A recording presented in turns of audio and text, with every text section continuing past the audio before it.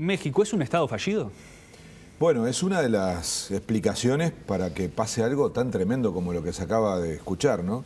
Hay quienes llaman estado fallido, narcoestado. También. En cualquier caso, estamos frente a un estado que no es capaz de garantizar libertades básicas. Por ejemplo, ya no la libertad de expresión, la vida de quienes se desempeñan en la función como la de ustedes, la de transmitir las noticias a la gente.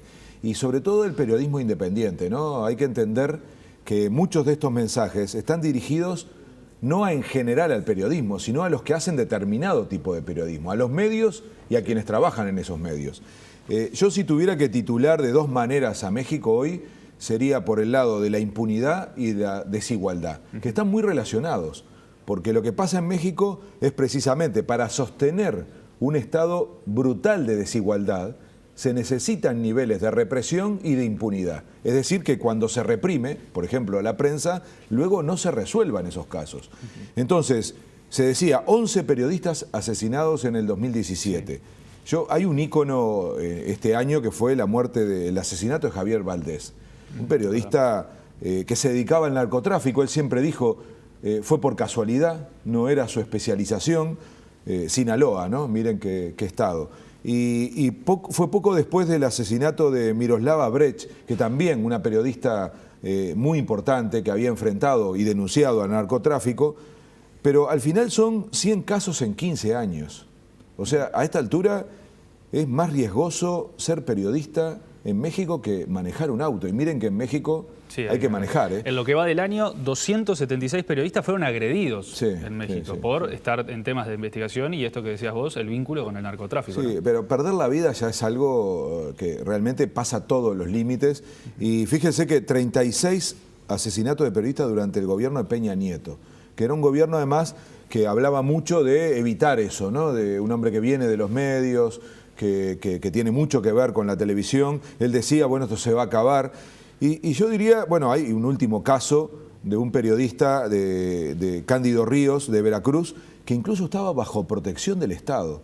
O sea, imaginen el nivel de riesgo, el nivel de impunidad que alguien que está protegido por el Estado igual es asesinado.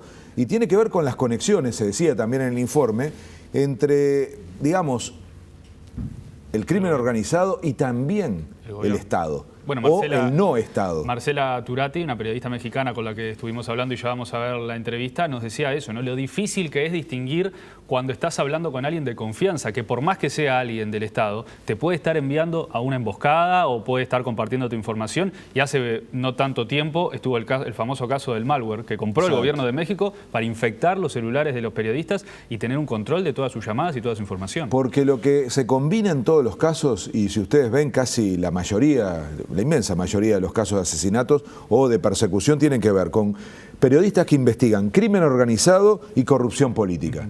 Ahí hay un combo peligrosísimo que vincula al final, claro, a quienes se dedican al crimen organizado y quienes tienen que controlarlo. Entonces, nunca sabes por dónde viene el disparo. Y fíjense, 95% de los casos permanecen impunes. Claro, sin resolver. Eso Entonces, es lo más complicado. Ahora, la impunidad es mucho más amplia. Recordaremos todos los 43 estudiantes de Ayotzinapa. O sea, eso todavía no se sabe sigue nada. sin resolverse. Y hace pocos días, en la marcha de septiembre, volvieron los familiares a concentrarse en el centro de México para pedir que se esclarecieran los casos. Entonces, yo quiero terminar con una frase de este periodista que es un ícono. Él decía, después de la muerte, del asesinato de Miroslava, que nos maten a todos si esa es la condena a muerte por denunciar este infierno, no al silencio. 2 semanas después de que dijo esto, lo mataron. Sí. Bueno, Marcela Turati, con quien hablamos y ya vamos a ver la entrevista, como decíamos, una de sus frases es que donde se instale el silencio gana la muerte. Porque eso es lo que sienten en muchas zonas del norte de México, sobre todo, es imposible tratar los temas. Porque no solo por el riesgo del periodista, sino también por el riesgo del testigo, que capaz que es un único testigo, que por hablar lo terminan asesinando. Entonces, no solo es compleja la profesión para el periodista, sino también para las personas con las que tienen que hablar. Están permanentemente en riesgo. Es que en realidad el mecanismo que utiliza, sobre todo el crimen organizado, es el del ejemplo. O sea, la idea no es tanto ir solo al periodista que tiene alguna denuncia en concreto, sino generar la imagen de que con ellos no se metan. Claro. Entonces, se produce un efecto que es tremendo, porque al final eso lleva al silencio colectivo. Por eso ustedes van a ver la insistencia del gremio de periodistas y de los periodistas individualmente de decir, no dejamos que esto ocurra. No es solo un problema de reivindicar la vida, también es un problema de decir, si no podemos practicar nuestra profesión, no vale la pena. Si consiguen amedrentar a los periodistas y silenciar la prensa, entonces habrá acabado el sentido. Yo quiero terminar diciendo que México está además en un momento existencial, de crisis existencial, porque México viene desde el 92 de una relación absolutamente clave con Estados Unidos al firmarse el NAFTA. Canadá, Estados Unidos y México entran en un acuerdo que es icónico en el mundo, que tiene que ver con el Tratado de Libre Comercio de Norteamérica, llamado más normalmente NAFTA, que está en crisis porque Trump, el tsunami Trump, la primer víctima del tsunami Trump es México por el lado que se lo mire. Desde el muro hasta esto. Todo. En dos grandes elementos. La dependencia comercial de México con Estados Unidos, que es enorme, ha crecido de una manera brutal, es casi, diríamos, estadounidense dependiente, pero además se le suma a esto el tema de los migrantes, la cantidad de mexicanos que viven en México y que la idea de Trump es usarlos como culpables del deterioro de la calidad de vida de los norteamericanos, diciéndole... Los mexicanos que viven en Estados Unidos. Que viven en Estados Unidos y los que quieren pasar. Porque además hay un vínculo familiar, están las remesas, hay una relación absolutamente clave. Y esto está en cuestión y está afectando básicamente las elecciones. Fíjense que hay elecciones en el año que viene y puede haber un cambio radical. El que va a la cabeza en las encuestas es Manuel López Obrador, un hombre de centro izquierda, que viene a cuestionar gran parte de este sistema. Entonces, digamos, tenemos a un México en un estado de transformación profunda. Algunos dicen quizá vuelva México a América Latina, que la abandonó desde aquella opción estratégica. Y bueno, hay un acuerdo de México con Uruguay, también nos trae a tierra algunas de esas discusiones. En fin, va a dar para hablar México, no solo por este tema que es clave y que está muy bien que ustedes lo coloquen como colegas hoy en el Día del Periodista en Uruguay, porque es absolutamente inaceptable que sin que nadie se queje se sigan matando periodistas en México. Gracias, Álvaro. Vamos ahora con Jorge, que nos va a hablar de esta entrevista que les decíamos que tuvimos con Marcela Turati. Justamente, gracias Maxi, una periodista que tiene esta capacidad de liderar organizaciones, por ejemplo, una que se llama Periodistas de a Pie y que ha sido reconocida por la Organización Mundial Reporteros Sin Fronteras como una activista que está denunciando estas situaciones en México. Es momento de escuchar un testimonio de alguien que vive diariamente las dificultades de ejercer la profesión o el oficio, como quieran llamarle. Por ejemplo, habla de los recaudos que tienen que tomar a la hora de dialogar con sus fuentes, a la hora de dialogar con representantes de los gobiernos locales. Vamos a la entrevista con Marcela Turati. Primera parte.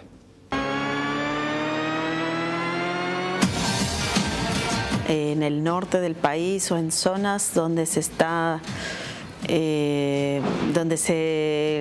los cárteles de la droga y también pues coludidos muchas veces con fuerzas del gobierno intentan controlar la droga, el paso de la droga, donde hay rutas, ahí es donde más peligroso es, las fronteras, lugares de puertos, ciertos lugares estratégicos. La política de este gobierno ha sido de impunidad.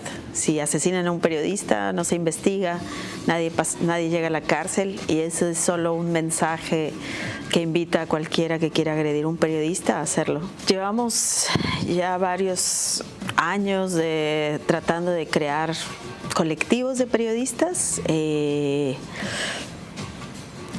los que nosotros mismos aprendemos a crear protocolos de seguridad, si es que alguno de esos salva, porque tampoco no es que puedas blindarte.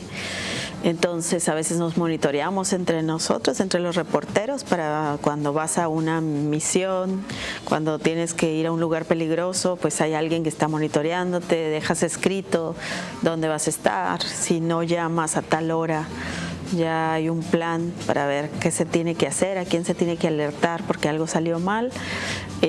Hacemos mucho escándalo en redes, a veces eso funciona, a veces no funciona.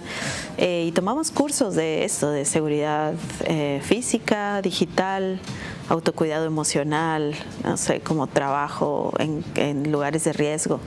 Y pues así poco a poco, no sé, por lo menos uniéndonos ha sido un poco menos, bueno, no hay resultados, pues se siguen matando periodistas, Pero sí creo que estamos o nos sentimos un poco más acompañados y protegidos entre quienes aplicamos ciertos protocolos y nos cuidamos y nos arropamos así. Cuando matan a un colega, no son todos los periodistas los que salen a protestar, ¿no? En México tenemos más de 120 periodistas asesinados desde el 2000 y más de 26 desaparecidos, más exiliados, desplazados, o sea, gente que tuvo que dejar la profesión. Entonces, pues cuando hay amenazas, la verdad es que o sea, no somos muchos los que salimos a protestar, desde ahí empieza la división. Ahora, en zonas de riesgo, los periodistas, pues, parte de las estrategias para tratar de salir vivos de ciertas coberturas ha sido irse todos juntos, regresar juntos, que alguien los monitoree, a veces compartir información y todos publicar al mismo tiempo, también para evitar la censura del gobierno, ¿no? Que, como para hacer más ruido con ciertas notas que son muy importantes.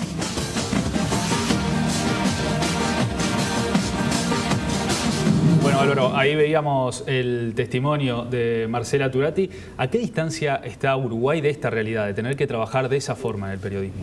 Bueno, es impresionante, ¿no? Escuchar esto, además resuena la palabra impunidad. Y yo creo que estamos muy lejos porque, por suerte, esta no es una realidad que se viva en esta región, mucho menos en Uruguay.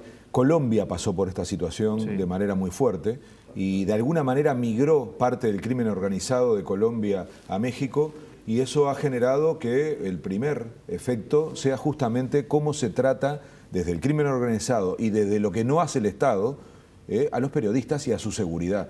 En estos días empezó a funcionar hoy mismo la Comisión Interamericana de Derechos Humanos en Uruguay y es uno de los casos que se denuncia reiterativamente. Entonces yo creo que hacemos bien en ponerle pantalla, en mostrar, en solidarizarnos, en hacer lo que ella hace, ¿no? Claro. En tratar de denunciar algo que, repito, de lo que se trata es de ver cómo se para, y la denuncia internacional funciona, ¿eh? Divulgar estas cosas, hacer que los medios lo repliquen y sobre todo darnos cuenta las diferencias, ¿no? Esto que tú decías, la distancia, cómo se puede trabajar de otra manera y también poner el foco en los derechos y en que este trabajo es clave para la democracia.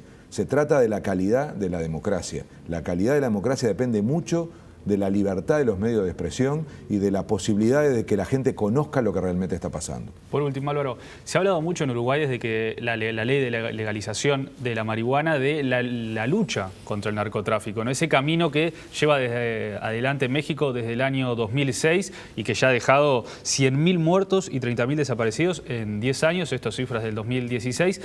Y algo que vemos también en Filipinas, en un país más lejano, pero que desde el 30 de junio de 2016 también el presidente Rodrigo Duterte inició la guerra contra el narcotráfico, que ya dejó más de 7.000 muertos y también desaparecidos. ¿Es la guerra contra el narcotráfico la solución para que dejen de suceder estas matanzas? Está demostrado que es un fracaso. Está demostrado que ha generado, además de muertes, el aumento del negocio, porque al final sigue el negocio siendo un negocio rentable y sobre todo encuentra la forma de zafar de la legalidad. Entonces yo creo que es tiempo, y lo está haciendo gran parte del mundo, no solo Uruguay, de probar otras alternativas. La represión, la negación de estos casos es al final más de lo mismo y ha demostrado no ser la solución. Bien, Álvaro, vamos a ver la segunda parte de la entrevista con Marcela Turati.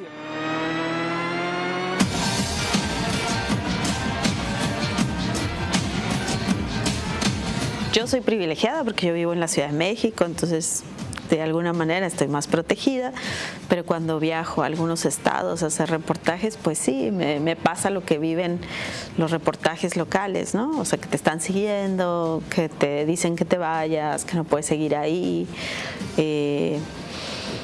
Pues a veces recibes una llamada o incluso quieres usar una página y ves una página del gobierno y te tienen bloqueada por alguna manera. O sea, en tu casa no puedes ver páginas de internet del gobierno. O sea, cosas así que pasan. A los celulares siempre les pasan también cosas raras. Pero pues o sea, el grado de riesgo mío es muy poco en relación a los que tienen que vivir en territorios donde los narcos son sus vecinos, donde llevan quizás al niño a la misma escuela, a los niños a la misma escuela, o donde el funcionario que te amenazó, o sea, sabe bien dónde vives, ¿no? Entonces, sí es muy diferenciado, y los que se la juegan y a los que están matando más son a los periodistas locales. Cuando cubrí el hallazgo de una fosa donde había más de 200 cadáveres, llegó una señora y me dice: periodistas, ¿ya para qué vienen? Si nosotros decíamos que aquí desaparecía gente y que en estas carreteras estaban matando, ¿no?, a viajeros, porque eso era lo que pasaba. Y ella decía: parece que hablábamos desde abajo del mar y nadie nos escuchaba, ¿no? Entonces, ¿para qué vienen ya cuando están los cuerpos aquí? Y bueno, esa frase se me quedó muy pegada. Entonces yo siempre lo que pienso es que donde falla el periodismo, hay gente que está muriendo, o sea, hay algo que se está ocultando, hay mucho sufrimiento y se instala la muerte. El periodismo cuesta vidas, es como muy también difícil, ¿no? Hay gente que ha sido también asesinada por hablar, ¿no? O sea, porque es el único testigo de algún hecho y da una entrevista y lo matan. Esas como también son como de las cosas que hay que los periodistas tenemos que tener mucho cuidado, pero por otro lado sí, muchos colegas han sido y siguen siendo asesinados. Yo por lo menos conocí a 5 de ellos directamente, 2 de la revista donde yo colaboro, y pues otros que son amigos. Y sí, pues todos saben el riesgo de hacer periodismo en México, que muchas veces se paga con la vida, el riesgo de ser un buen periodista, pero pues es como la misión que tenemos. Yo era como una periodista normal y hacía mis entrevistas y estaba, no sé, cubriendo conferencias y todo, pero cuando empezaron a matar a colegas y veíamos pues que la gente no salía a la calle y que no había un llamado de atención y que nadie investigaba, pues nos empezamos, o sea, como que nos empezamos a juntar muchos y dijimos: alguien tiene que decir, alguien tiene que denunciar. Entonces, así como hacemos, pues no sé, puedo estar en la mañana escribiendo en la redacción mi nota y en la tarde podemos estar protestando afuera de la sede del gobierno de Veracruz, que es un estado donde han sido asesinados muchos periodistas, o haciendo una subasta para periodistas desplazados, o haciendo una colecta para la familia del colega que acaban de matar. No sé, o sea, como que siempre haciendo cursos de entrenamiento para las nuevas situaciones a las que nos enfrentamos, o recibiendo una llamada de que alguien está en riesgo, de que hay que sacarlo rápido de donde está, y entonces pues toca hacer puente con las organizaciones internacionales para ver quién se encarga. Pero pues no es porque lo hayamos querido, y yo extraño mucho seguir reporteando. O sea, me gustaría no poder concentrarme todo mi tiempo en reportear y en hacer lo que me gusta, pero pues ahora nos está tocando tan duro que todos, o sea, que cada vez hay más conciencia de que hay que ser periodista y hay que defender la libertad de expresión.